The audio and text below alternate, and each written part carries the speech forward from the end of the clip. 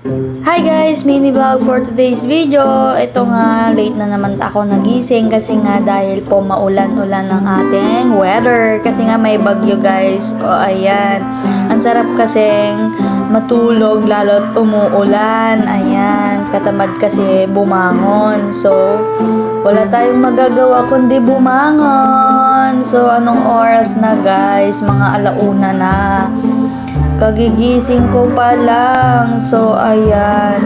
Agmurmurayak pa ilang syempre. So, ayan. Bumangon na nga ako kasi nga nararamdaman ko na yung gutom ko, guys. Kaya, ayan. Kailangan ko na ding bumangon. So, dito nga, guys. Umupo na ako dito sa mesa. Dahil tinatamad akong magluto. Ayan. Gutom na ako. Pero tinatamad akong magluto. Kaya nag-iisip ako kung ano ang kakainin ko. Ito na nga guys, may naisip ako. Kaya pumunta ako sa ref. Ayan, nagtingin-tingin ako dyan. Kasi nga, kakain sana ako pero wala tinatamad ako magluto. O ayan, nagdapay red horse na. Dapay kabayo na. So ayan, nakita ko nga.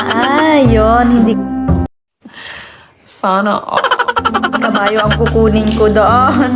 So, ayun na nga guys. Ito na siya. Avocado ang aking napili. Kagabi ko yan, hihingi ko na ate ko yan kagabi kasi nga, hihinog na kasi kaya, binuksan niya na dahil yon nga, masisira na siya. Kaya nirep namin yon para lumamig at mas masarap. Pwede na! Yun sana babaunan niya pero nagbaon na lang siya ulit at nagbukas na lang kasi marami naman hinog sa aking kinuha noon. Diba, bongga, sosyala. So, ayan, naglalagay ako ng gatas. So, ayan, nalagyan ko na yung aking platito or mangkok. Ayan, nalagyan ko na ng gatas na Burr Brand. Baka naman, charot. Ayan, nilagyan ko ng lagyan ko ng gatas marami-rami para mas masarap. Ayan. And then lalagyan ko siya ng sugar para sobrang tamis talaga siya. Huy! Ang sarap! Huy!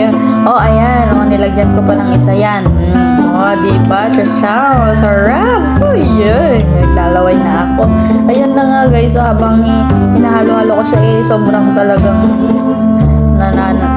gusto ko na siyang tikman. So, ayun na nga guys, titikman na natin. The moment of truth!